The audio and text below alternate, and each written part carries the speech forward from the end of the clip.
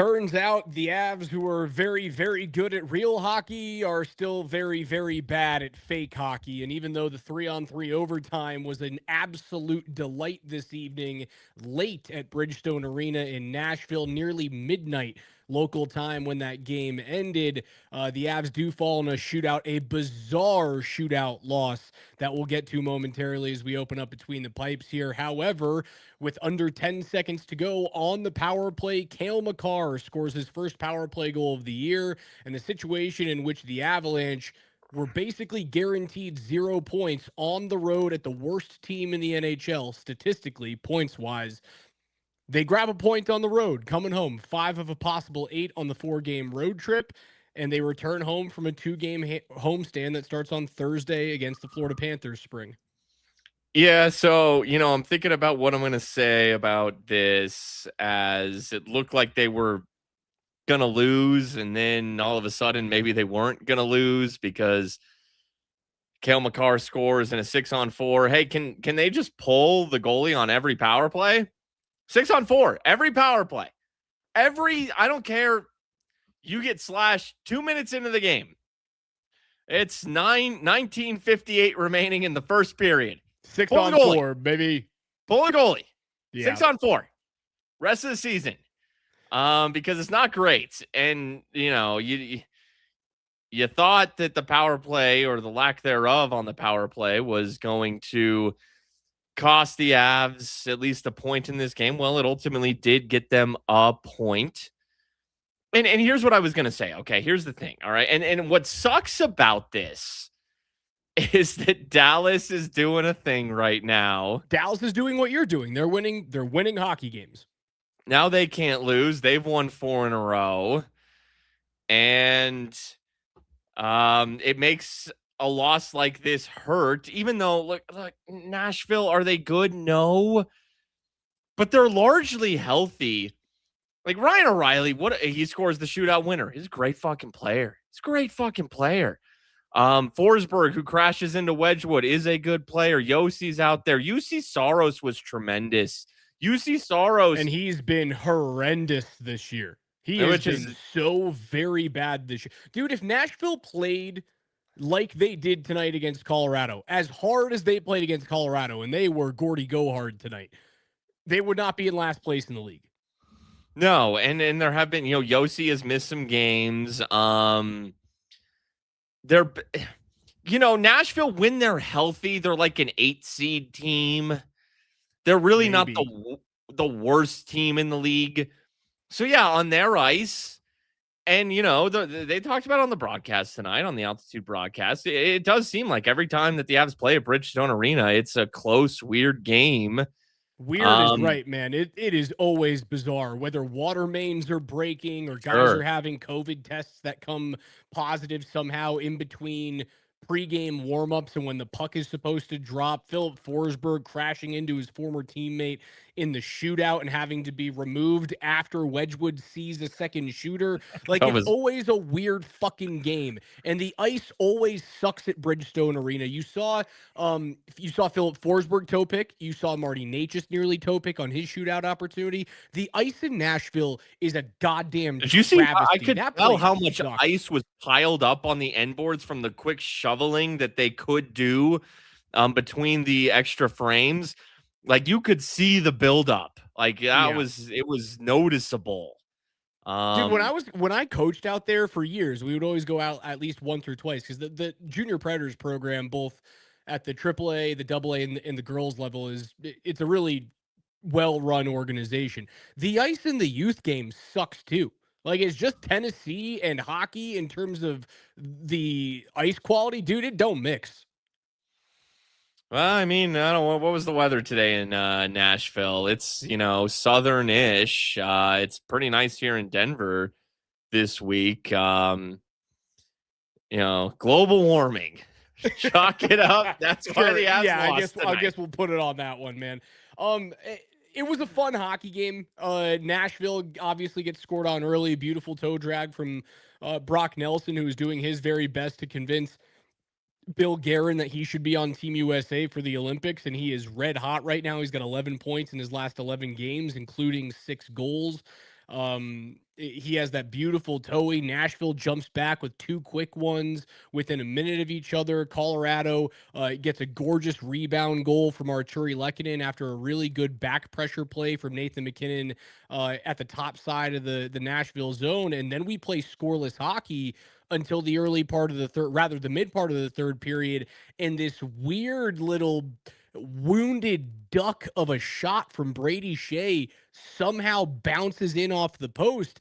And at that point, Spring, you're going, holy crap, they're going to get 0 points against the last place team in the league. Those are the types of goals you see him scored throughout the league where you just kind of know it's one team's night. I remember a few years ago, the then Arizona Coyotes scored a similar goal on Colorado in, maybe it was even Mullet Arena at the time. And it was just like, it's their night. You know, when you're scoring goals like that, it's just your night. And, you know, I mean, keep in mind, they still have 2 regulation losses. This loss, you know, you chalk this up to, hey, that is a decent Nashville team and all of that jazz, if not for Dallas being right on your heels. If not for that, like that's, you still have 2 regulation losses. This is your 7th loss. 7th, I believe. Yeah, 7th loss after regulation this season. 8. I thought it was 6. Is it 7 now? Oh yeah, it's 7. Yeah, it's up to 7. Right.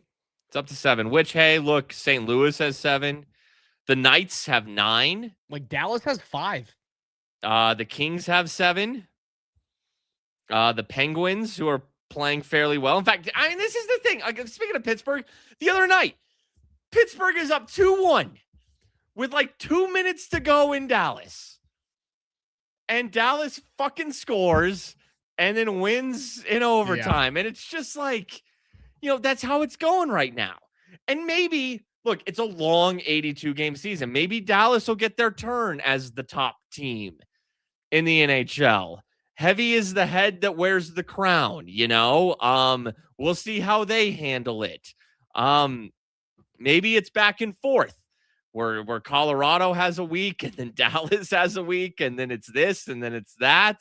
I'm telling you, like Dallas they've won 4. It's only 4 in a row that they've won. They had a sleepy start to the season, then they picked it the hell up.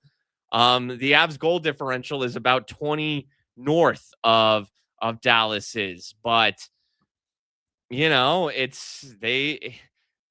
do believe Colorado's the better team. I think Dallas will drop some, just like Colorado dropped to the Islanders in Nashville. You look at the 4-game road trip overall, 2-1-1, over 500.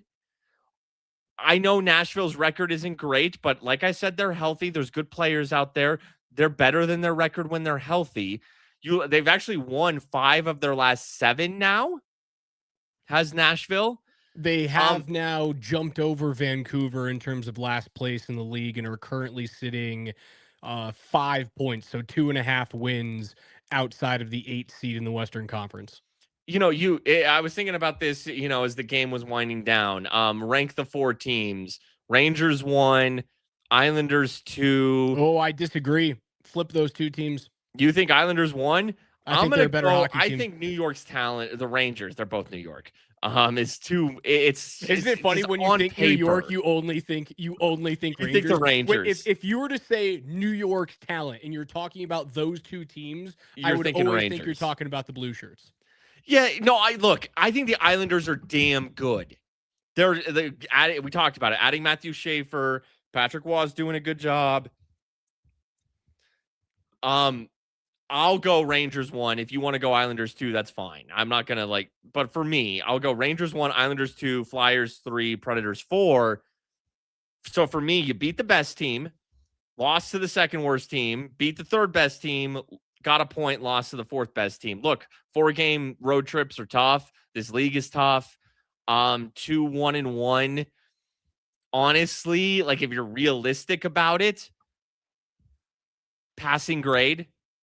Not what you wanted, but passing grade. If you were to throw that into an Excel sheet and get a probability out of it at the beginning of the year, 2-1-1 is probably your baseline, like your wins above replacement Mendoza line type of thing. Is that if you go 2-1-1, that is it's a good, not great, but you'll take it any day of the week. If you'd gotten the extra point to make it 6 out of 8, that is a B. If you get 7 or 8 out of 8, that's an A and an A plus. Anything south of the 5 out of 8, you go, what went wrong? So I think it was a very good um baseline performance if you were to do Yeah. this at the beginning of the season. Yeah. Now everything with the Avalanche, because of how hot they've been, because of how dominant they have been, and that is true. Like there's no two ways to go about it. They have been dominant this year on both sides of the puck.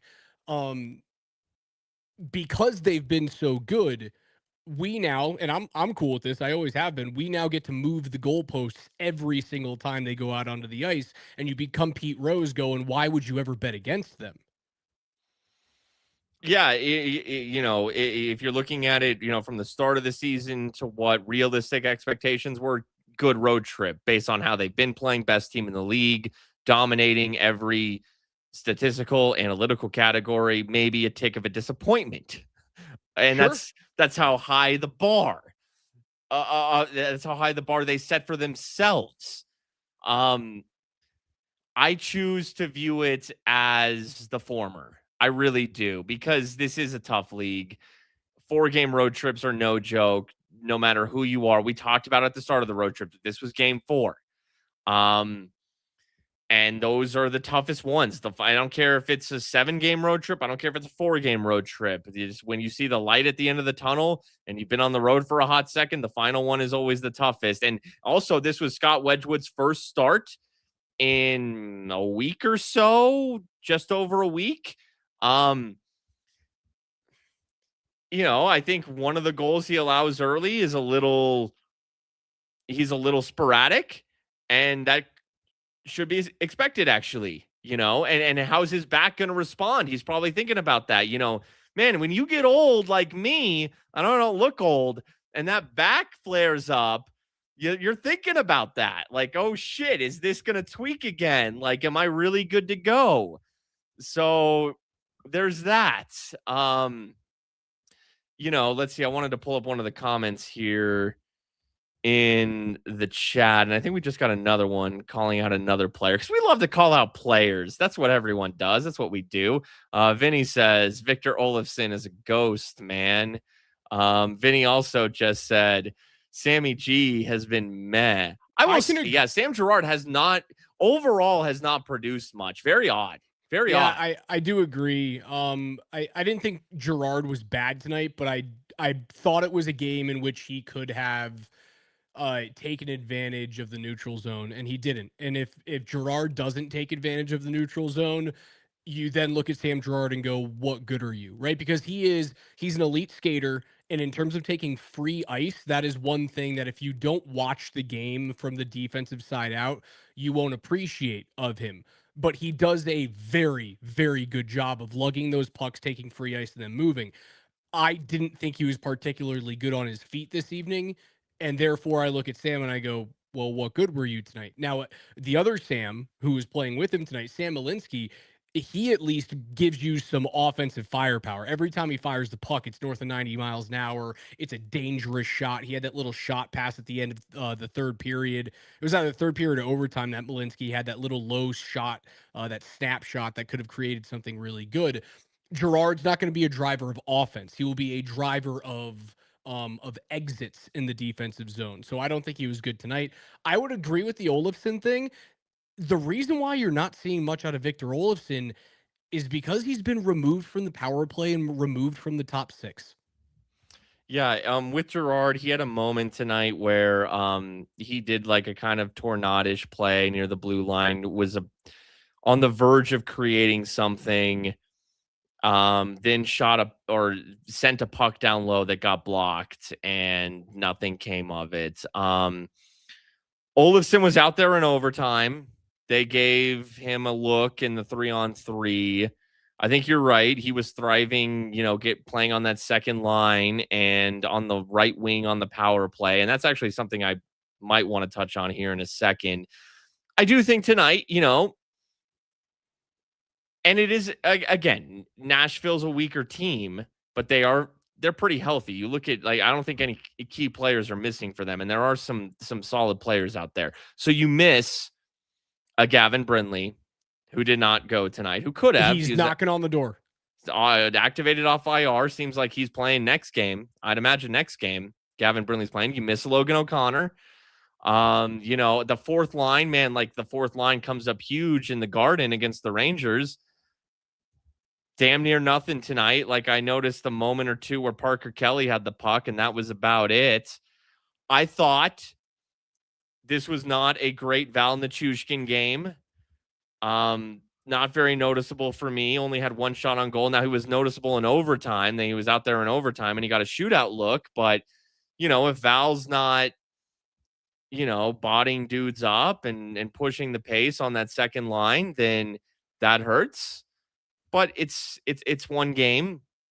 But they do miss a Gavin Brindley and even a Logan O'Connor. And tonight was a night that showed that. Yeah, certainly. And when those guys get back in the lineup, I believe that you may see a little bit more of an uptick in Olofsson's, at least maybe not his production, but him looking dangerous once again. He's had a couple of opportunities this evening in terms of his shots. He sent a snapshot that went whistling past the right ear of Saros in the third period that was pretty dangerous. In the overtime period, you mentioned that he got put out there.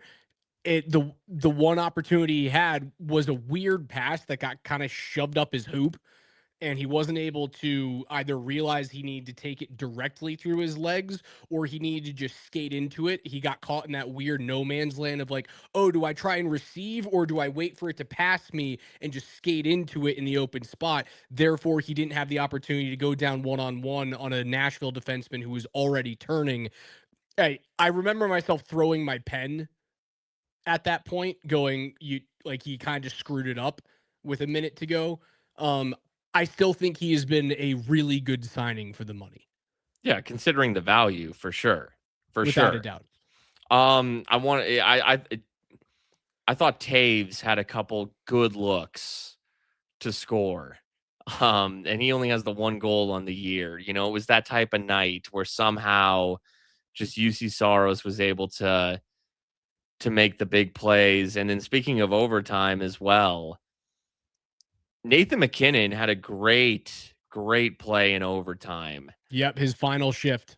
Where it was actually Nichushkin who circled out of the zone, and then he fed it to McKinnon, who was so patient. And then McKinnon ended up getting a very good look on net, but wasn't able to score. That might have been the difference in the game right there. Just, all of the obviously everything that happens beforehand, but when it comes down to that moment, 3-3 game overtime. And then how about who's this fucking dude for Nashville? Oh, the kid who did he tow Kale? Yeah, Kale? What a play. Dude, he walked Kale like a dog. Oh my God, who is this guy? This is a defenseman, Adam Wilsby. Yeah, it was nasty. That was what a play. So cool. And it would have been the most Nashville Predators thing ever for a dude who has one career goal to dangle Cale Makar into the next time zone and then end the game. It would have been the most Bridgestone Arena thing ever to happen. I'm so happy that the games you play against them don't really matter this year, but I don't know, man. I'm happy with the result this evening. If you told me they only got 1 point going into the game, I'd be disappointed. But knowing they got scored on in a super deflating goal where the power play just before that had been very disappointing. People were upset about the power play. They go 1 for 4, which, by the way, guys, is an improvement on what they are this season. So 25%, you better be really excited about, even if it needs the extra man at 6-on-4. I thought the first 2 power plays of the game were good. They just shot. And I thought the net front presence was very good. They're trying new things. The first 2 power plays of the game was just shoot pucks at the net and hope something good happens, which, honestly, it's a change from the passing regatta that we've gotten used to this year. The third power play was god awful. And the fourth one was good, but it was a 2-man advantage. It was a 2-man advantage. And that helps create a little more space for Kale Makar at the point, who does have a nice little deke fake. I'm moving one way. No, I'm moving the other way, which gives him a little opening to shoot. But what you notice is it's Lehkonen, it's Landeskog, 1-2, direct line in front of Saros, creating a screen that allows the Makar shot to get through. They need to do more of that. I'm really trying to figure out what is going on with this power play. More shots from Kale at the top, dude. Yeah, I think that's a great starting point. And I alluded to this a few minutes ago, talking about Olofsson and how he was on the power play. And it's just a theory because I have no idea. I honestly don't, because I like the setup. So the only thing I can come up with is it the Natchez right-handed shot on the right wing? Could be. Should they put a left-handed shot a la Olofsson over there? I don't know what it is. I don't think they need to put a left-handed shot there. They need to put a facilitator over there. And who is that player? Rotate? Who's the facilitator? I would put Brock Nelson over there. Hey, that's a left-handed one. Player, He's a left-handed shot, and yes, he's a good facilitator. Do they need to rotate more? But I don't necessarily. I want, because we see the results of the power play goal they score. Yes, it's a 6-on-4, but Lehkonen, Landeskog, traffic, high to low in front. Do they need to be rotating more? Natchez is on the right wing, McKinnon's on the left wing, Makar's at the point. Do they need to kind of rotate those three more based on the play? Maybe Makar occupies right wing. Maybe McKinnon goes high. Maybe Natchez goes left, just based on where the play takes them. The McKinnon thing up high is intriguing, but it is very high risk, high reward. Now, McKinnon's one of the best puck handlers in the league, but he can often chop that thing up to bits. And when he gets in those fits where he knows he's better than you, right? So if he can find a way to stick handle through your triangle as a defender, he's going to do it, because once you do that and you leave a guy on roller skates, you're in grade A scoring opportunity. But the risk reward is that he has to go through a triangle and he's moving away from his own net. Nathan McKinnon moving away from his own net. And instead of doing that on the half wall, where you have an extra 10 to 15 feet in between you and the blue line, he's doing it at the top of the blue line, where he might have 2 feet of space. And if he loses a puck there, if he dusts it off too many times and he loses possession, or if there's a poke check and Nate is going down ice, it's breakaway central. Now, true. The risk reward is that if he makes those moves properly, you have one of the best shooters, if not the best hockey player in the world, walking down Main Street. And if you don't go to the best player in the world when he's walking down the slot, he's going to score more times than not. And if you do, that opens up the opportunities to, sweep a puck out to Kale Makar on a one-time, or move it to his strong side for either Landeskog or Nelson over there. It's a huge risk reward, but I have these nightmare situations in my head of Nate playing with the puck at the top and trying to go back across his body, and then Colorado gives up a breakaway and you get scored on shorthanded. Yeah, no, I feel every bit of that. And that's just one possible rotational scenario. And hell, as much as I love Landeskog net front, and I do like Lehkonen in that bumper, and I wish the results were better, they should be better. That's the setup. Overall rotation, but still keeping that structure of a 3-line center with one wing, but we're just always rotating. We're always occupying a spot. I don't know. I don't know. I wish, I preface this with, I wish I had the answer. I wish I had. I'm throwing shit against the wall is what I'm doing. Everyone is at this point.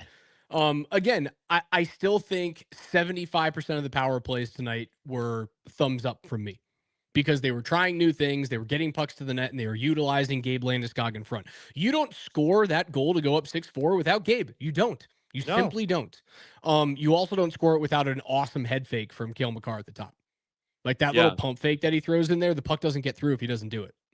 Yep.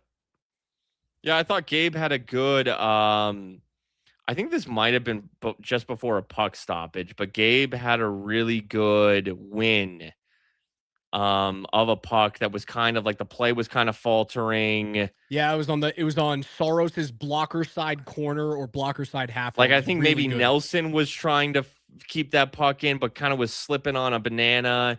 And then Gabe came over and was very clean and kept the puck alive. And it sucks, man. For as weird as that shootout was, the last shooter was Gabe Landeskog. And there was a part of me that was like, this is it. Like, this is all 3 years, and he's getting back into form. And they didn't score a single shootout goal. They went Natchez, Nichushkin, Landeskog.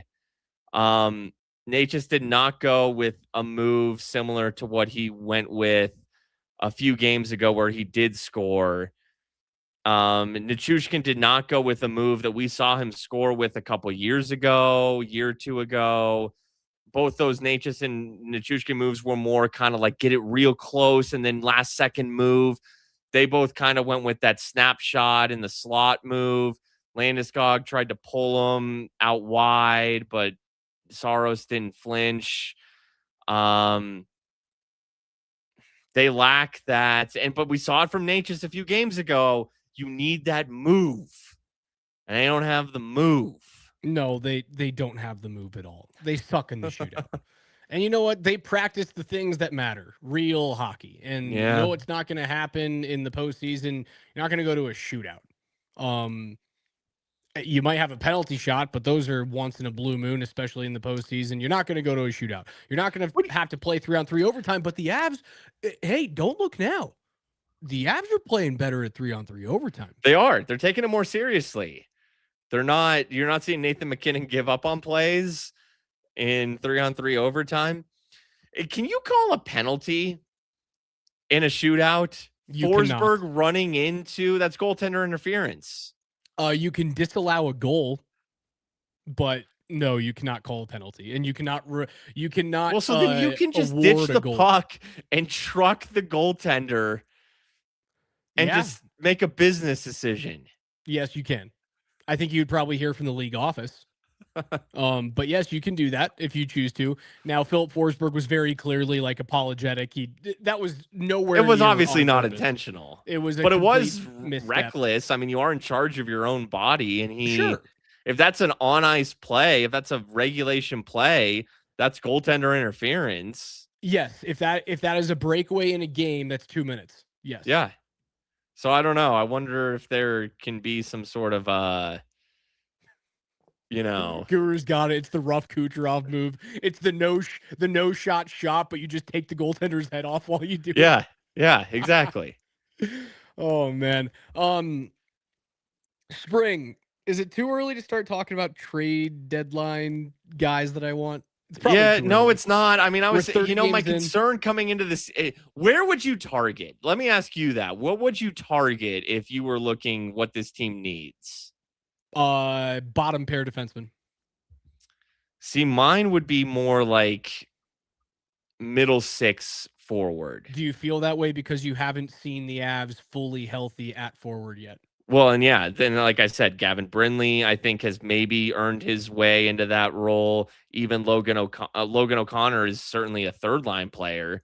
So yeah, maybe that's the thing. But I've said all season long that I think they're really stout 1 through 6 defensively. But look, yeah, Sam Girard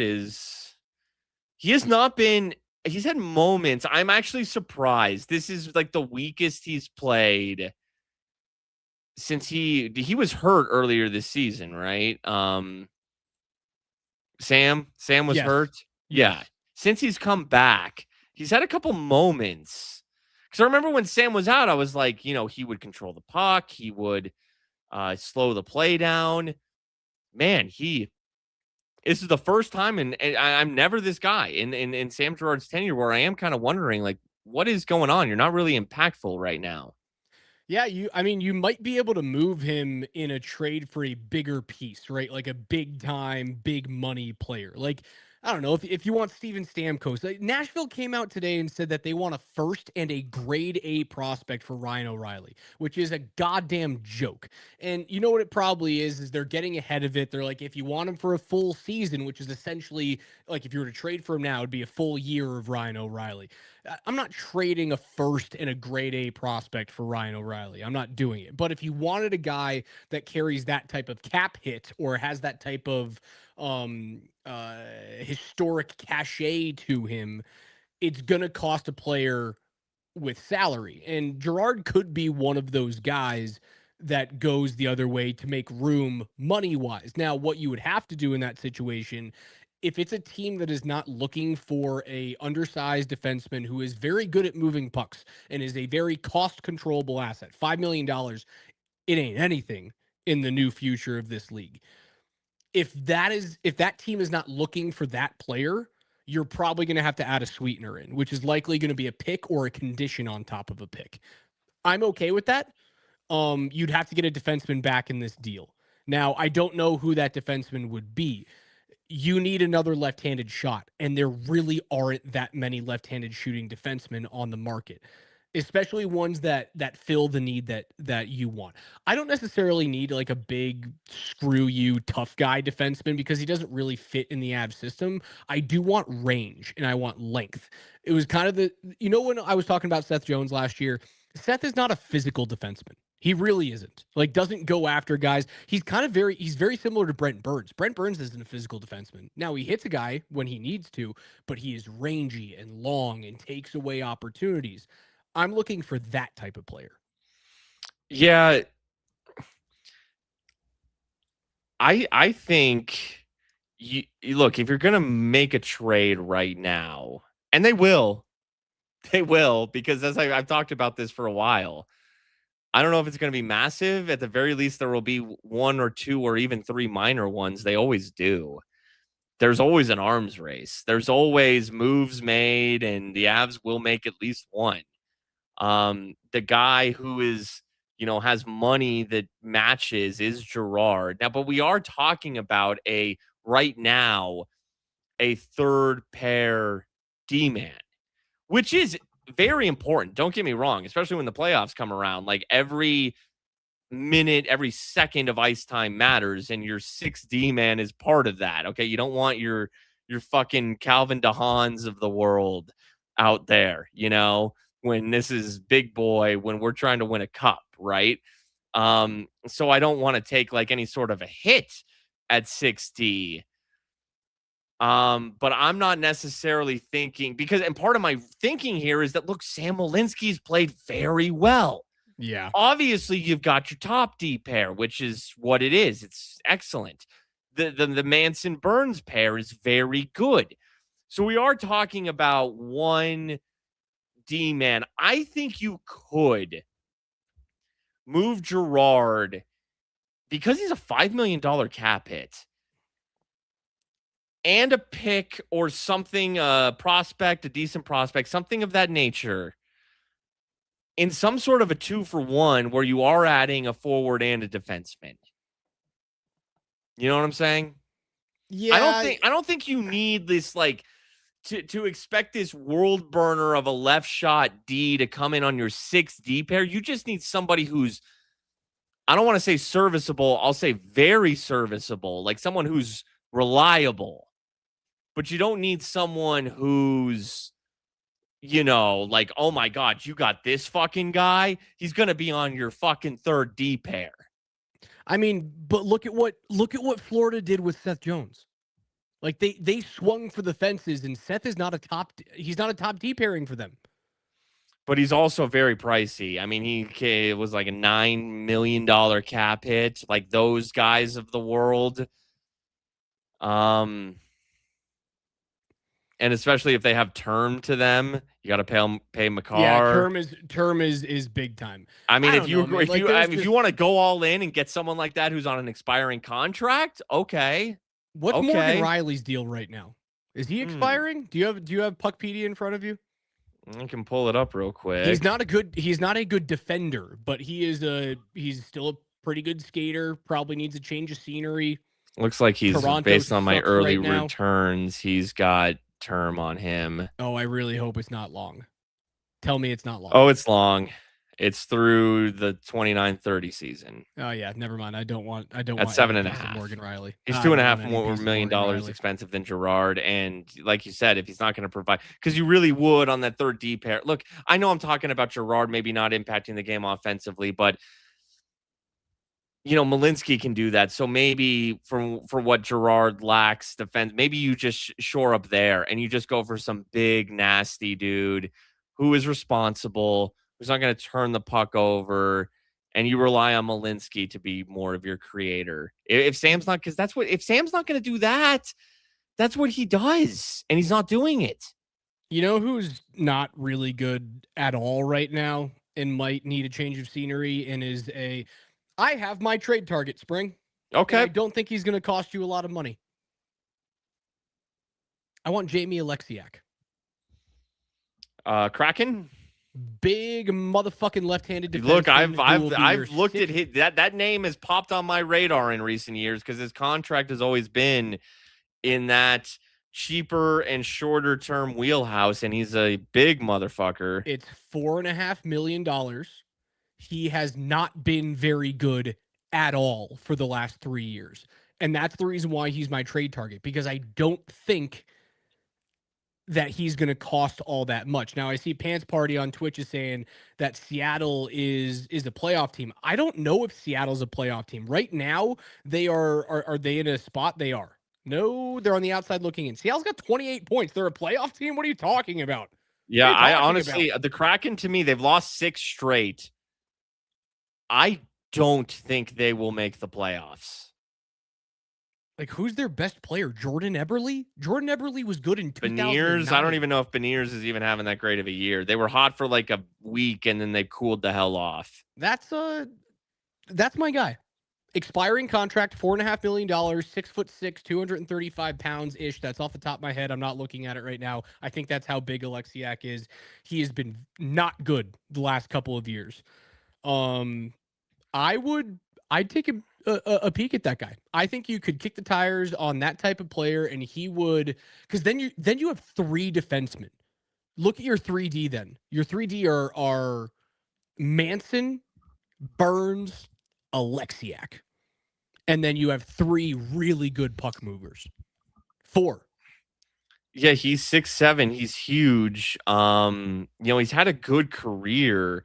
He's $4.6 million. That's just 400,000 short of Girard. So you're actually kind of looking at a 1-for-1 there. Yeah, the trade's 1-for-1. You guys want to do that? How's this? We'll go 1-for-1, Girard for Alexiak, and we'll throw in a conditional second. If the that would be a heck of a West, here's the conditional second. That's a heck of a stock fall for Sam. I know that he's okay. Raj, I'll lean on you for this one. This guy's name has been floated in trade rumors because Alexiak has an extra year on his deal. I thought he was expiring. He's under contract. Actually, no, you're right. He is expiring. Okay. I'm living in the past, man. Time's flying by too quickly. I can't believe 2026 is right around the corner. You're right. Alexiak is expiring. Okay. So yeah, what about Rasmus Anderson? He's a right-handed shot with the Calgary Flames. I don't want another right-handed shot. He is going to be the most sought after defenseman on the market, which means it's going to cost you a current player, a first or a second with a condition on it, and a top prospect. I don't think that the Avs have the arrows to get him. I also don't, for what I want out of this defenseman to bring into the bottom 6, Rasmus Anderson more or less is a top 4 player who is more offensive minded. And I don't think you need him, honestly. I think he's a good player. I don't think Colorado needs him. Sure. No, and I agree with that. I agree with that. Based on everything we've talked about. Shoot, Alexiak makes sense. Left-handed shot, big guy, kind of changes up the mindset. Girard's much, much, much, much smaller. You give up a lot defensively there. It makes sense. It does. Yeah, And you get out of the how many years does Gerard have left on his contract? It's a couple, right? it's got to be at least another 2. Has to be at least another 2. I think it's yeah. I think I'll confirm right here. He has one more. One Oh, more okay. year That's actually not that bad. after Yeah, this year. all of his money goes to Cale Makar. Again. Yeah, exactly. But that frees up, Here's the 5 million, Cale. Here's your 14. Thank you. exactly. We'll see you in 8 Exactly. years when it's time for your next deal. Exactly.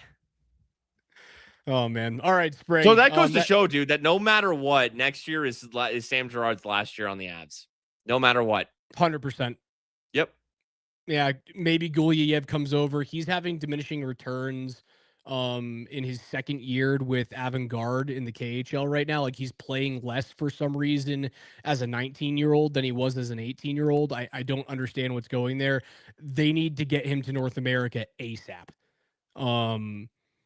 I would look at that. The other guy that I really love that you're not going to be able to get because Montreal's building the right things, like Mike Matheson would be awesome. Mike Matheson would be such a dope defenseman on this team. He'd be he would be Devon Taves number 2. Yeah.